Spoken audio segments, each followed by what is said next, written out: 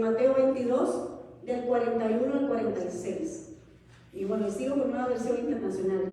Y dice: mientras estaban reunidos los fariseos, Jesús preguntó: ¿qué piensan ustedes acerca del Cristo? ¿De quién es descendiente? De David, respondieron ellos. Jesús les dijo: entonces, ¿cómo es que David, hablando por el Espíritu, lo llama Señor? Él afirma: dijo el Señor a mi Señor: siéntate a mi derecha hasta que ponga a tus enemigos debajo de tus pies. Si David lo llama Señor, ¿cómo puede entonces ser su descendiente? Nadie pudo responder ni una sola palabra, y desde ese día ninguno se atrevía a hacerle más preguntas. Gracias, Señor. Amén. Esa es la palabra del Señor para su pueblo. En esta oportunidad damos espacio a los niños que hayan para que puedan tener su tiempo con la maestra, con otros niños. Y cuando vemos este pasaje bíblico nos damos cuenta que hay una diferencia significativa con otros pasajes bíblicos o con los estudios de la palabra de Dios que hemos visto en los domingos anteriores.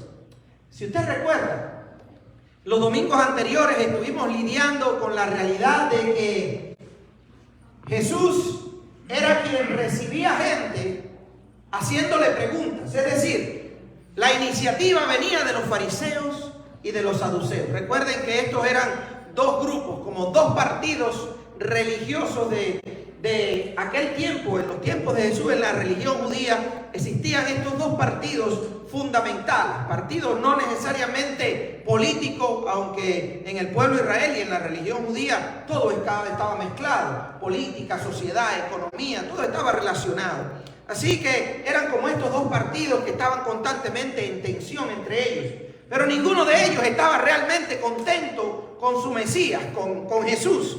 Así que si usted recuerda, en domingos anteriores vimos que vinieron a hacerles preguntas sobre los taxes, buscando que Jesús dijera algo que lo metiera en problemas. Y como había salido de su boca, pues Jesús les pudo responder la pregunta de una manera muy sabia, en la que más bien dice la palabra que ellos quedaron asombrados. ¿Recuerdan? Y luego nos encontramos a los saduceos poniendo esta historia de aquella mujer que, como ellos no creían en la resurrección, pues aquella mujer que había, por cuestiones culturales, quedado viuda y había terminado siendo la esposa de 7 hermanos.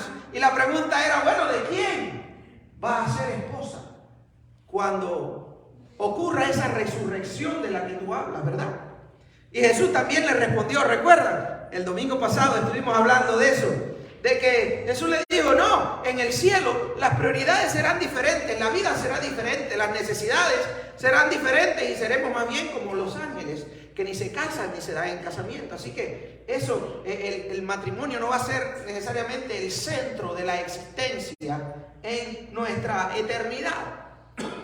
Pues bueno, ellos también quedaron asombrados, pero todos al final se iban porque se conformaban con haber quedado en ridículo o haber quedado con una respuesta clara sin que Jesús se metiera en problemas. Hoy ya Jesús está tomando la iniciativa. Hoy Jesús está haciendo él las preguntas. Y él comienza con una pregunta bien sencilla: ¿quién es el Cristo? ¿Qué saben ustedes de esto? Ese Mesías, ¿de quién es descendiente? Y esto era una pregunta fácil.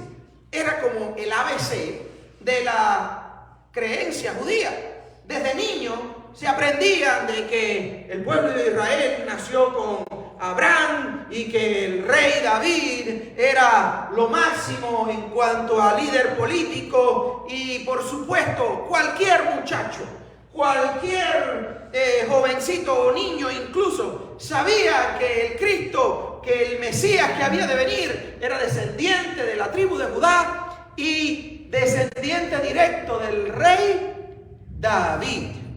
Así que ellos como que dicen: este es el tipo de pregunta que va a traer Jesús a la mesa. Sencillo. Dirán quizás en su mente, quizás dijeron: nosotros sí le trajimos preguntas serias. Y mira, esta es la preguntica que viene a hacer. Preguntica de muchacho. Esa se le responde fácil. Y respondieron enseguida. ¿De quién era descendiente el Cristo o el Mesías? ¿Qué dijeron ellos? ¿De quién? ¿De qué rey? Del rey David. Vamos, o despierta o lo despierta. Le mando a que alguien lo pinche, lo pellizque, ¿verdad? Del rey David. Le respondieron enseguida: eso es fácil, del rey David. Pero lo que no esperaban ellos era la siguiente pregunta. Esa pregunta fácil era como un enganche, era como un ancla que ellos tiraron al agua y que ya ahora estaban obligados a responder la siguiente pregunta, porque estaba relacionada con esta primera pregunta. La primera pregunta fue bien sencilla. Oh, ¿de quién es descendiente? De David. Eso lo sabe cualquiera. Hasta mi niño de 3 años ya se aprendió eso. Ahora viene la segunda pregunta que Jesús hace en Mateo 22, 43 al 45. Dice: entonces, ¿cómo es que David, hablando por el Espíritu con mayúscula, hablando del Espíritu de Dios, cómo es que David, hablando por el Espíritu, lo llama, hablando del Mesías ahora, lo llama Señor con S mayúscula? Así que el Señor con S mayúscula es un nivel superior a lo que es el Señor, como que le diga a alguien adulto: sí, Señor, ¿verdad? Ese es con S minúscula. Cuando el Señor se refiere a Dios, siempre es con mayúscula. Así que cuando usted escriba en el Facebook o cualquier cosa y usted está hablando de Dios o de Cristo, usted ponga la palabra Señor, siempre los títulos de Dios son con mayúscula. Porque a veces uno se encuentra ahí comentarios y cosas o posts en Facebook, en Instagram, en esos lugares con S minúscula. Uno, como iglesia, es importante que aprendamos esto. Cuando nosotros estamos hablando de Dios, Dios es único y los títulos de Dios se escriben con mayúscula. Y cuando hablamos del Espíritu Santo, también es con E mayúscula, y la S de santo también es mayúscula. Así que eso es una clasecita ahí de gramática, rapidito ahí. Porque es importante que nosotros distingamos entre el espíritu del ser humano, que es con minúscula, y el Espíritu de Dios, que ese siempre es con mayúscula. Y aquí le dice Jesús entonces a esta gente: bueno, ¿y cómo es posible, si es descendiente de David, si es hijo o nieto o lo que sea por ahí para allá, si desciende de David, cómo es posible que David le llama al Mesías Señor? ¿Cómo puede entonces ser su descendiente? Nadie pudo responderle ni una sola palabra. El versículo 44 me lo salté. Dice: él afirma, hablando de David, cuando escribió el Salmo 110, dice: él afirma, dijo el Señor, hablando de Dios, a mi Señor, hablando del Mesías: siéntate a mi derecha hasta que ponga a tus enemigos debajo de tus pies. Si David lo llama Señor con mayúscula, ¿cómo puede entonces ser su descendiente? Y nadie pudo responderle ni una sola palabra. Y desde entonces, desde ese día, ninguno se atrevía a hacerle más preguntas. Como dicen por ahí, les cayó la boca, ¿verdad? Les cayó la boca con esa pregunta. La primera era bien facilita, ¿verdad? Y le dio ahí un margen como para que se sintieran cómodos. ¿De quién es descendiente? Eso todo el mundo lo sabe, de David. Ahora, hay un problema, porque David mismo escribió en el Salmo 110, casi todo el Salmo 110, o todo el Salmo 110, es un salmo profético acerca del Mesías que había de venir. Y David escribió acerca de ese Mesías y dijo el Señor, Dios, Jehová, dijo Jehová a mi Señor, al Mesías: siéntate a mi derecha hasta que ponga a tus enemigos por estrado de tus pies, debajo de tus pies. Y esta pregunta tiene un contexto teológico cultural. ¿Por qué? Porque había niveles diferentes de jerarquía dentro de la sociedad, como mismo lo hay hoy, ¿verdad? Y quizás en algunas culturas se distingue más que en otras. Nosotros somos de diferentes países, pero por lo general los hijos, los nietos le deben respeto a sus padres, a sus abuelos, incluso a los adultos. ¿Eso no es? Cuando nosotros educamos a nuestros hijos, lo correcto es que los eduquemos con eso en mente. A un adulto tú no le levantas la voz. A tu padre y a tu madre tú les hablas con respeto. A tus abuelos tú no les puedes andar con mala crianza, ¿verdad? ¿Por qué? Porque hay socialmente un nivel jerárquico. Están los padres y están los hijos. Los padres tienen mayor autoridad, un nivel superior de jerarquía que los hijos. No son iguales. Nosotros criamos a nuestros hijos con mucho amor, pero siempre les hemos dicho, nosotros no somos tus amiguitos. Nosotros no somos tus amiguitos, nosotros somos tus padres, ¿verdad? ¿Y por qué les decimos eso? Porque es importante que crezcan con esa distinción clara. No somos iguales. Yo no estoy aquí para acompañarte nada más. No, yo estoy aquí para educarte, para enseñarte. Yo tengo una responsabilidad de alimentarte, de cuidarte, de prepararte para el futuro, ¿verdad? Así que hay un respeto que los hijos, los descendientes le deben a los mayores. Era todavía mucho más reforzado en los tiempos de Jesús, ¿verdad? Como quizás usted recuerda que en los tiempos de sus abuelos, pues llegaba el hijo a la casa, se quitaba el sombrero, porque llegó a la casa de su padre o a la casa de su abuelo, ¿verdad? Eran señales de respeto. Y aquí Jesús le dice, bueno, si sabemos que los hijos no son superiores a los padres, ¿cómo es posible que David, que era el ancestro, que era el patriarca, de quien el Mesías habría de descender, cómo es posible que entonces David le llama al Mesías mi Señor? Esto no tiene sentido. ¿Y tuvieron respuesta esta gente para la pregunta de Jesús? Nada. Dice que ni una sola palabra pudieron decir. ¿Por qué? Y aquí es una cosa crucial para nosotros como iglesia. Lo que pasa muchas veces con nosotros y con todo el pueblo de Dios a nivel histórico es que nos hemos conformado con en el mejor de los casos, nos conformamos con un vistazo de vez en cuando a lo que dice la Biblia. Leemos los pedacitos que nos gustan, leemos las historias que nos gustan, le leemos a nuestros hijos las historias esas bonitas, tú sabes, leemos algunos fragmentos, algunos libros de la Biblia de vez en cuando.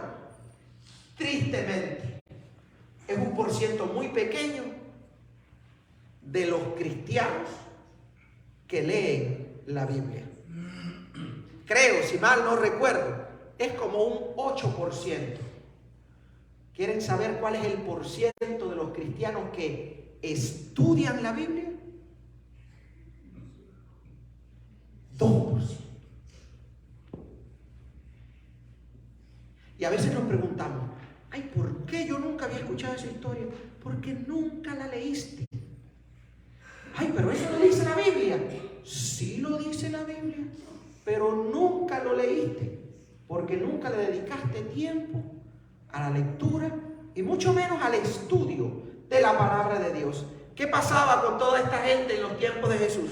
Se sabían los salmos de memoria, pero no le habían dado cabeza, como dicen por ahí, ¿ves? No le habían dedicado un tiempo.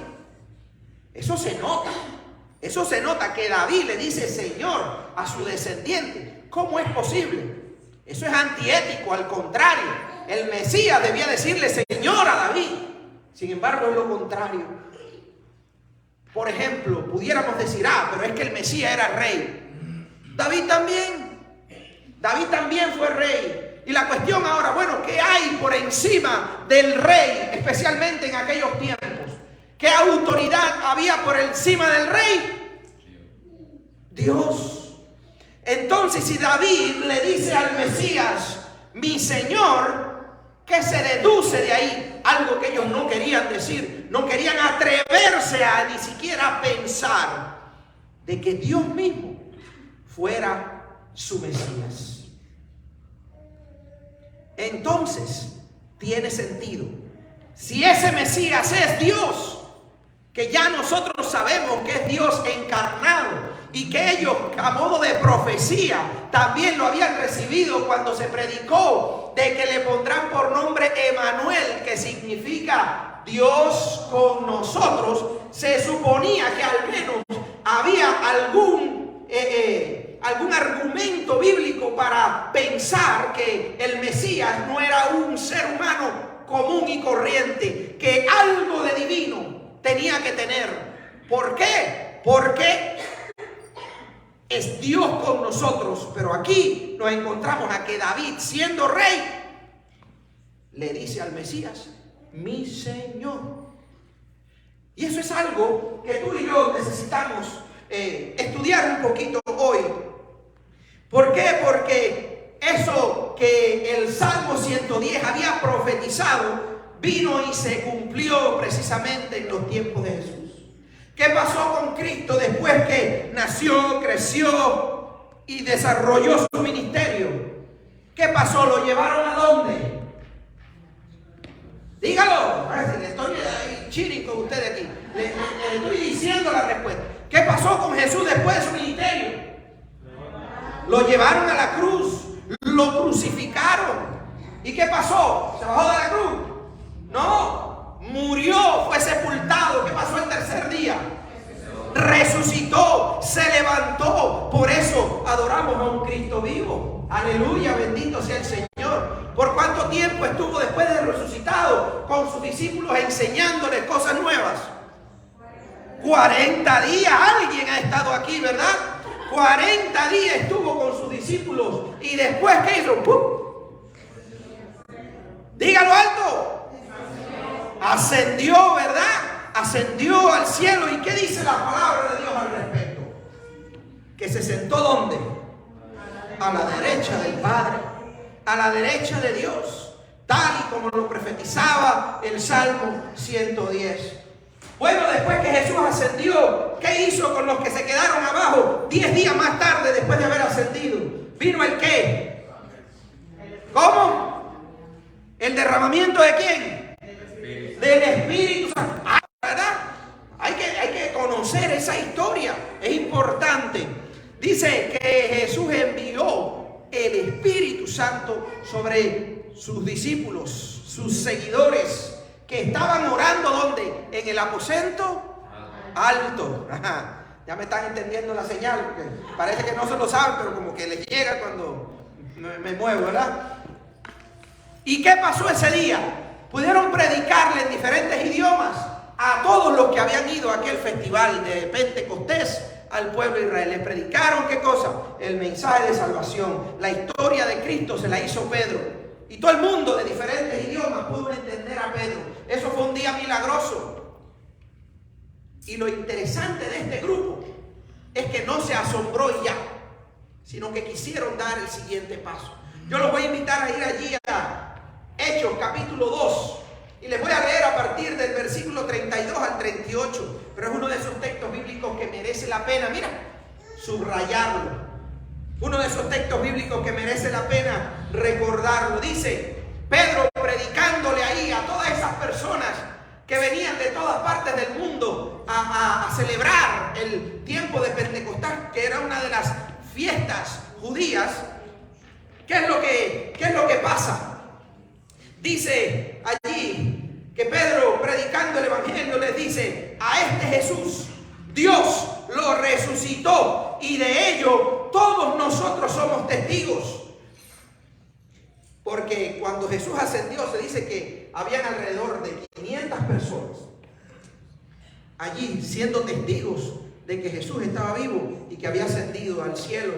Dice, y de eso todos nosotros somos testigos, exaltado a la derecha de Dios y habiendo recibido del Padre el Espíritu Santo prometido, ha derramado esto que ustedes ahora ven y oyen. David no subió al cielo y sin embargo declaró lo mismo que está hablando Jesús del Salmo 110. Dice, y declaró, dijo el Señor a mi Señor, siéntate a mi derecha hasta que ponga a tus enemigos por debajo de tus pies. Por tanto, que todo Israel esté bien seguro de que este Jesús, a quien ustedes crucificaron, Dios lo ha hecho Señor y Cristo. No estamos hablando de cualquier buen tipo. Estamos hablando de Jesucristo. Dice, cuando oyeron esto, todos se sintieron profundamente conmovidos dijeron a Pedro y a los otros apóstoles: hermanos, ¿qué debemos hacer? Ustedes recuerdan en los domingos anteriores, cada vez que venía un grupito de esto a hacer una preguntita a Jesús, se asombraban con la respuesta. ¿Y qué hacían después que se asombraban? ¡Wow! Le daban la espalda a Jesús y se iban, ¿verdad? Aquí esta gente hizo diferente. ¿Cuál fue la reacción de ellos cuando oyeron que la palabra de David, la profecía del Salmo 110 había sido cumplida en Cristo? Se conmovieron de corazón, reaccionaron, dejaron que el Espíritu Santo tocara sus vidas.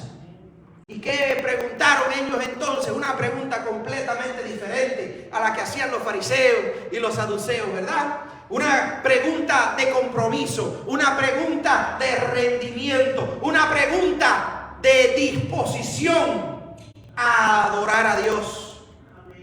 ¿Qué haremos ahora?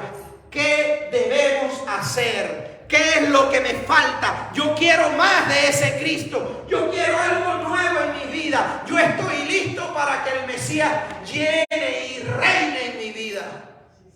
Qué lindo, ¿verdad? Dice, ¿qué es lo que debo hacer? Dime ahora mismo y lo hago. Hermanos, ¿qué debemos hacer? ¿Cuál fue la respuesta? Arrepiéntanse y bautícense cada uno de ustedes en el nombre de Jesucristo para perdón de sus pecados, contestó Pedro, y recibirán el don del Espíritu Santo. Miren qué interesante. Ahora cuando Pedro predica, unas semanas o meses, bueno, sí, unos meses más tarde de esta conversación que Jesús tuvo con aquella gente, unos meses más tarde ya Pedro les está diciendo, y ya no solamente conocemos a un Jesús que es el escogido de Dios, el Mesías, que es Señor incluso del rey David, por lo tanto es una autoridad superior a la de los reyes. Ahora tenemos y ponemos nuestra confianza en un Cristo que está sentado ya a la derecha del Dios, de Dios Padre, y además tiene la libertad y la autoridad para disponer del Espíritu Santo. ¿Quién es el Espíritu Santo? El Espíritu de Dios. No estamos hablando de un ángel, no estamos hablando de un subordinado humano o de ninguna otra criatura, estamos hablando del Espíritu de Dios. ¿Y qué es lo que dice la palabra del Señor? Que Jesús tenía ahora la libertad y la autoridad para enviar el Espíritu Santo sobre sus seguidores. Léalo, ahí está. ¿Qué ser humano, qué criatura puede tener tal autoridad sino solo Dios? Por eso es que nuestra confianza no está puesta en un mero hombre, está puesta en alguien que además de ser hombre, también es Dios. Nuestra fe y nuestra confianza está en Él.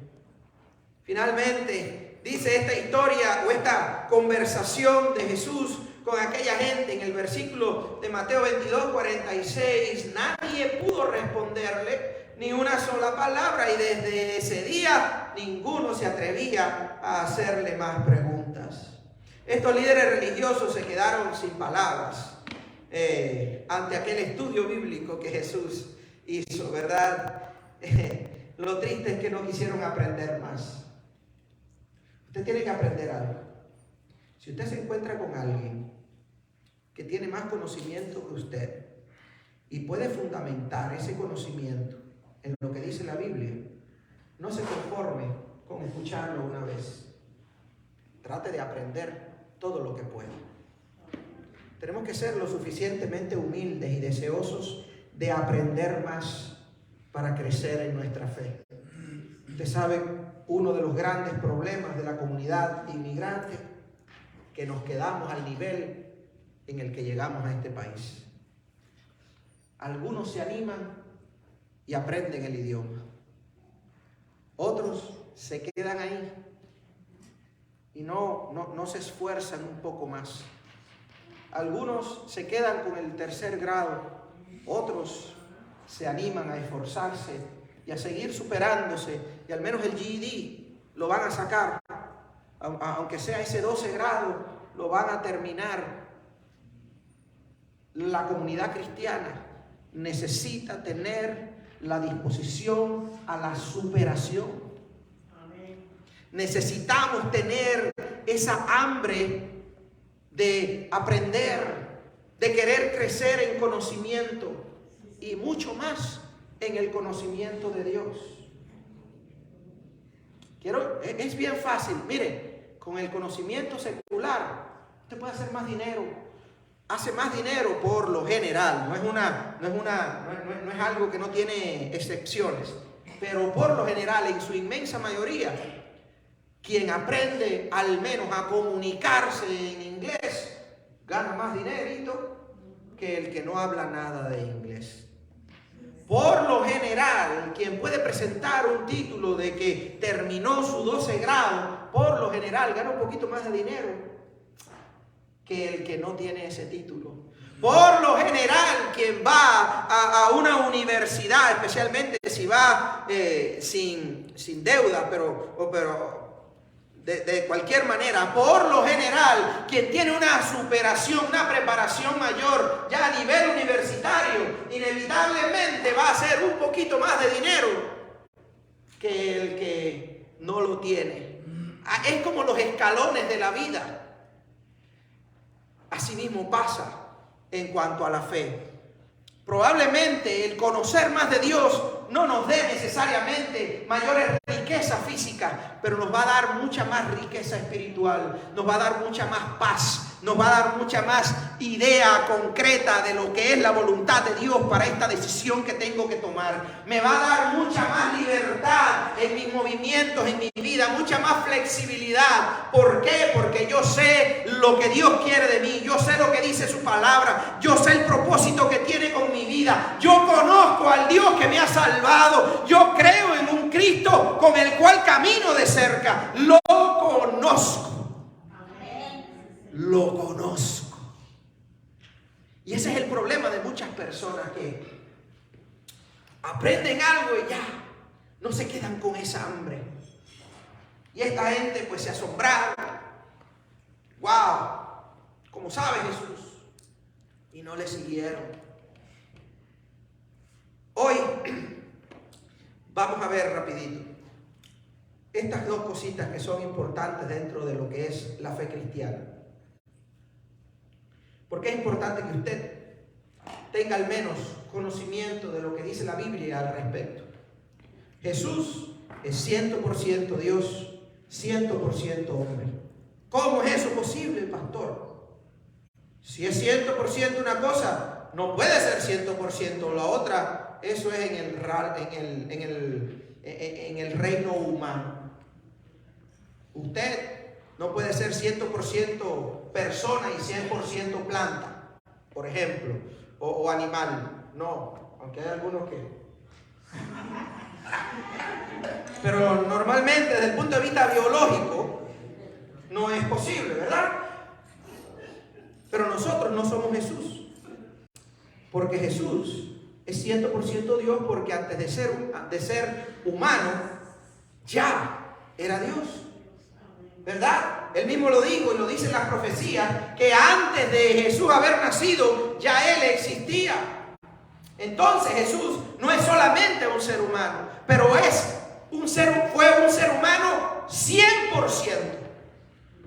¿Y cómo podemos saber esto? Bueno, porque no le faltó nada de lo que tiene cualquier otro ser humano. No le faltó nada. Vamos a ver, Jesús es 100% hombre. Y la razón por la cual Jesús o Dios necesitaba convertirse en un ser humano es porque la maldición, la consecuencia del pecado había caído ¿sobre quién? ¿Sobre los animales? No, los animales sufrieron las consecuencias por culpa ¿de quién? Del ser humano. Echa la culpa al hombre, Lupita. Aprovecha ahora ese cabezón, ¿verdad? Ese Adán. Y Evita también no se quedó atrás, ¿verdad? Los dos desobedecieron a Dios, y como eran los padres de la humanidad, todos sus descendientes ya vinieron contaminados con ese pecado. Y entonces, ¿quiénes recibieron las consecuencias del pecado? Los seres humanos. ¿Quiénes tenían que pagar por esa consecuencia? Los seres humanos. Dice la palabra de Dios que además, sin muerte, no hay remisión, sin sangre, sin derramamiento de sangre, no hay remisión de pecado. Dice la palabra que la paga del pecado es muerte.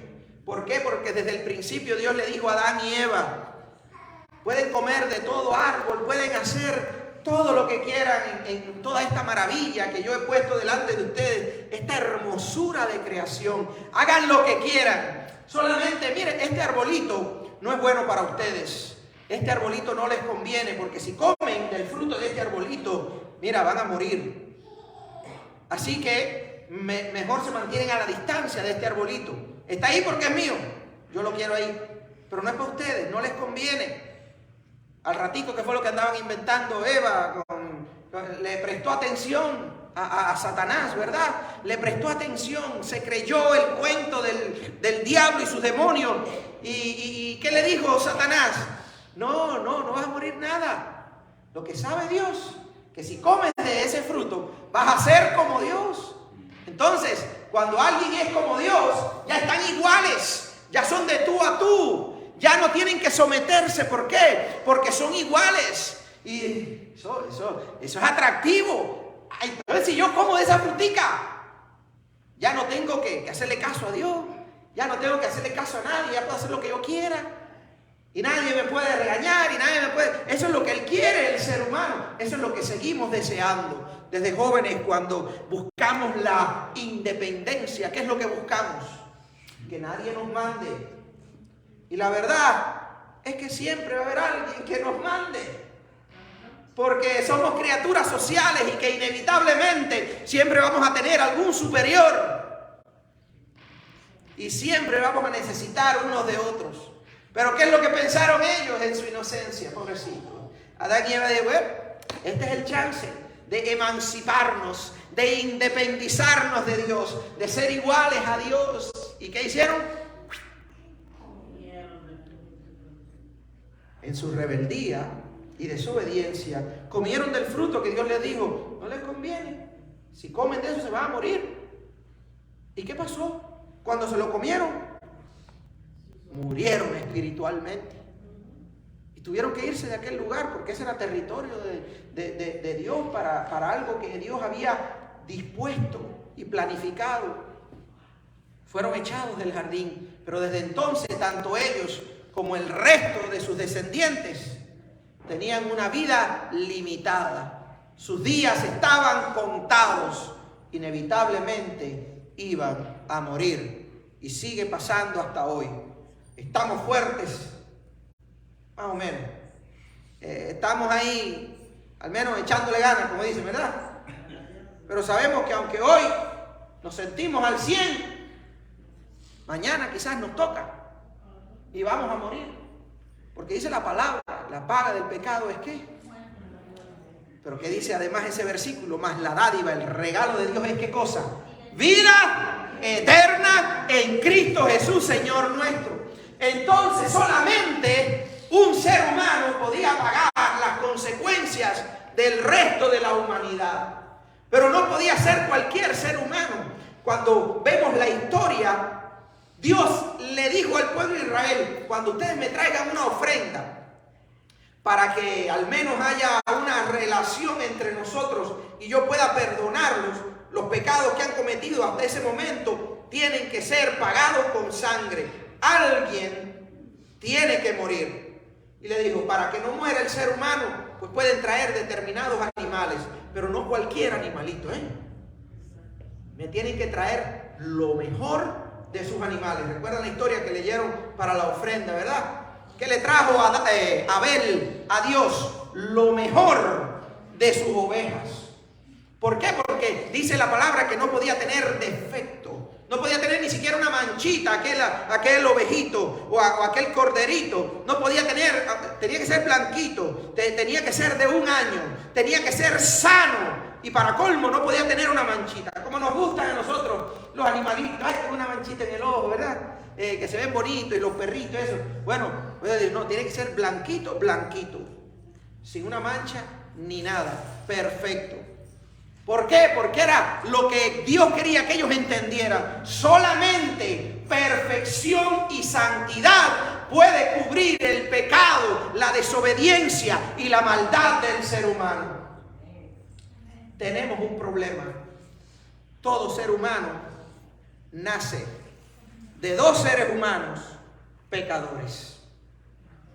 Entonces, todo se convirtió en un círculo vicioso, en el que conocíamos cuál era la solución, nadie la podía proveer, porque todo ser humano ya nacía contaminado por el pecado. ¿Por qué? Porque tanto papá como mamá eran pecadores, porque ya habían mentido, porque ya habían ofendido, porque ya habían en algún momento sido idólatras, y todas esas cosas evitaba que cualquier ser humano, por buena gente que fuera, llegara a tener la condición de perfección y santidad que Dios exigía para que pudiera perdonar, para que pudiera tener perdón de sus pecados y no morir, y pudiera incluso proveer salvación para otros. Por eso es que nos encontramos con un Jesús que era hombre, porque necesitaba ser hombre para poder pagar por el pecado de los hombres. Y era hombre, y podemos decir que lo era porque él nació de una mujer como nacen todos los hombres. No se quedó bebé, ¿verdad? Creció, se convirtió en un hombre. Y un hombre que comía, un hombre que dormía, un hombre que también estudió, un hombre que hablaba, un hombre que se comunicaba, un hombre que sufría, un hombre que se estresaba. Y dice la palabra de Dios que el día antes de morir en la cruz, ¿qué pasó? Cuando oraba y pedía al Señor que librara de esa cruz, dice, sudaba como grandes gotas de sangre. Imagínense el nivel de estrés que tenía Jesús. Jesús lloró, Jesús sonrió, Jesús hizo lo que hacían los seres humanos en aquel tiempo, pero tenía algunos bonus features, algunas, ¿cómo se diría eso en español? Algunos atributos que otros seres humanos no tenían. ¿Por qué? Porque Jesús es Dios encarnado. Pero pastor, acabó de decirme que nació de María. Sí, pero ahí no hubo ningún hombre involucrado. Ni siquiera se habla del óvulo de María. María fue la incubadora.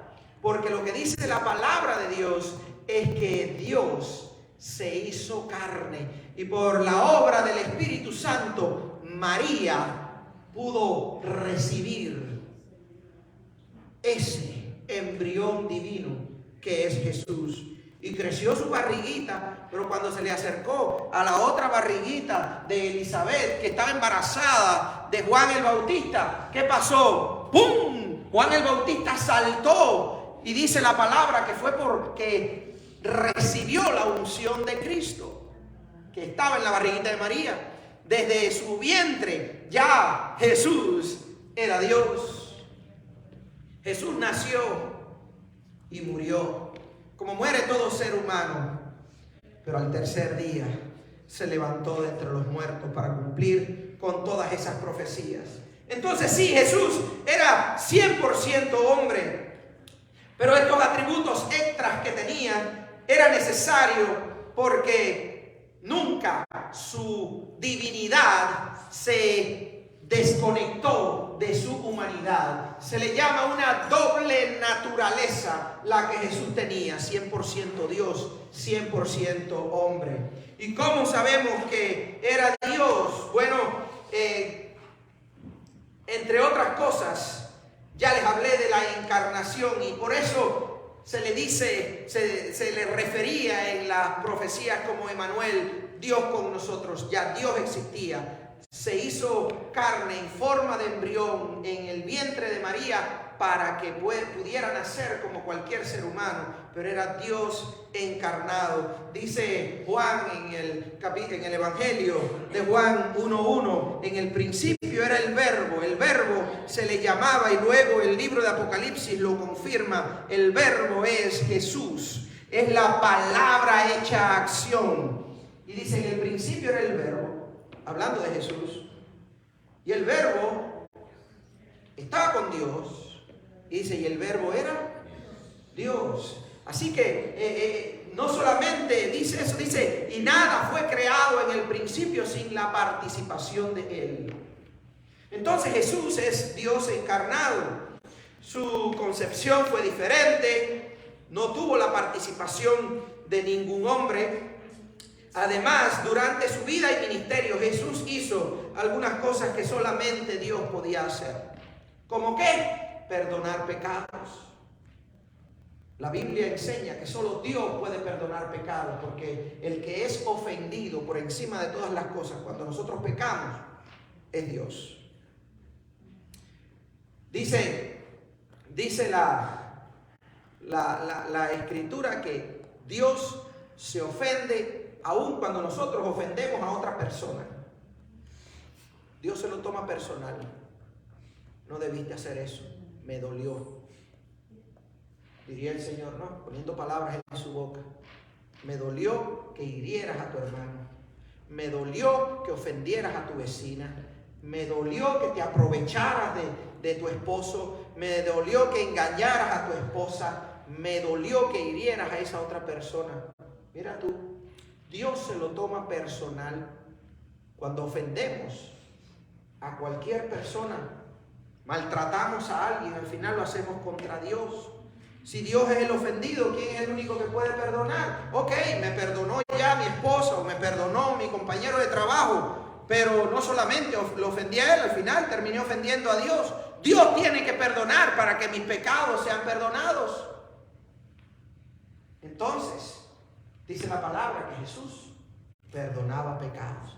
Jesús no le andaba pidiendo permiso a nadie para declarar a una persona sana, para resucitar a un muerto, porque en Él había poder para hacerlo. Qué interesante. Todos los demás tenían que apelar a la misericordia de Dios. Jesús no. Jesús llegaba, tocaba, sanaba. Jesús declaraba la palabra, sanaba. Jesús le decía a la muchachita muerta o a ese otro jovencito muerto, le declaró a Lázaro con 4 días de muerto, sal de la tumba, Lázaro. ¿Y qué hizo Lázaro? Volvió, como dice por ahí, le volvió el alma al cuerpo, volvió a la vida, resucitó. Jesús tenía autoridad para dar vida, para sanar enfermedades. Hoy tú y yo también hemos recibido de Dios esa autoridad. Pero no es en nuestro nombre, no es nuestro poder, es en el nombre de Jesús. Porque solamente su nombre tiene poder. A Él sea la gloria y la alabanza. ¿Qué más hacía Jesús? Jesús retaba las leyes de la naturaleza. Agua, ponte dura que voy a caminar por ahí. Como si fuera un piso. Caminaba sobre las aguas. Inténtalo en lo bajito, porque si no, cuchuplum. Es así, las leyes de la naturaleza dicen no se puede caminar sobre las aguas. Jesús no se somete a las leyes naturales. Jesús camina sobre las aguas. ¿Qué dicen las leyes naturales? Que si tienes harina para un pedacito de pan, eso es lo que te va a tocar. Jesús oró por los alimentos, se multiplicaron. El alimento que era para 1 o 2 personas se convirtió en alimento para más de 5,000, para más de 4,000 personas. Y no lo hizo una vez, lo hizo en varias ocasiones. Y como ya les dije anteriormente, Jesús Jesús tenía la autoridad para enviar el Espíritu Santo sobre aquellos que pusieran su fe y confiaran en Él. Eso no lo podía hacer ningún ser humano, solo Dios. ¿Qué hizo Jesús? Al cielo. Necesitó una soguita. Necesitó un angelito ahí subiéndolo por los brazos. No. Para arriba voy. y para arriba se fue. No hubo gravedad que lo alara para abajo. Jesús rompió con todas esas leyes. Cuando usted sube unos metros y está un poquito ahí arriba, ya la presión empieza a apretarle, ya el oxígeno se comienza a disminuir. Y si sigue subiendo, se desmaya, se muere. Jesús está vivo, sentado a la diestra del Padre, y es Rey de Reyes y Señor de Señores. A Él sea la gloria para siempre. Voy a darle un aplauso a Dios. Bendito sea el Señor. Bendito sea su nombre. Qué bendición. Qué bendición conocer esto. Por eso podemos adorarle, porque Él es Dios. Cualquier otro ser humano en el pasado, a quien a alguien se le ocurría arrodillarse por gratitud, por reconocimiento de autoridad, cualquiera de esas cosas que hacían los discípulos o cualquier otro líder del pueblo de Dios, que, chacho, párate, que no, yo no soy digno de adoración, párate, que yo no me enredes en la vida, ¿verdad? Párate, que tú y yo somos iguales. Jesús recibió adoración y la recibió. ¿Y saben qué? El libro de Apocalipsis, capítulo 4 y 5, dicen que Dios estaba contento con que Jesús la recibiera, porque Jesús es Dios. ¿Qué más dice la palabra de Dios? Que ángeles, los ángeles son impresionantes. Para quienes hayan visto ángeles, ¿verdad? La Biblia habla de una serie de historias donde hubo ángeles que se presentaron a la vida de ellos. María quería arrodillarse ante aquel ángel y dijo, no, yo soy meramente un ángel. Daniel vio un ángel. Juan en el libro de Apocalipsis vio ángeles y allá iba para tirarse al suelo. Dijo, no. Yo soy como tú. Yo no soy digno de adoración. Solo Dios es digno de adoración. Jesús recibió adoración. Sigue recibiendo adoración. Sigue recibiendo gloria. Porque Él se la merece. ¿Por qué se la merece? Porque Jesús es Dios. Que no entendemos todo porque somos seres humanos. No se apure. Siga confiando en el Señor. Un día vamos a entender más de lo que usted se imagina. Hoy lo que nos toca es agradecer. Y podemos hablar con Él porque Él está con nosotros hasta el fin del mundo, como lo prometió.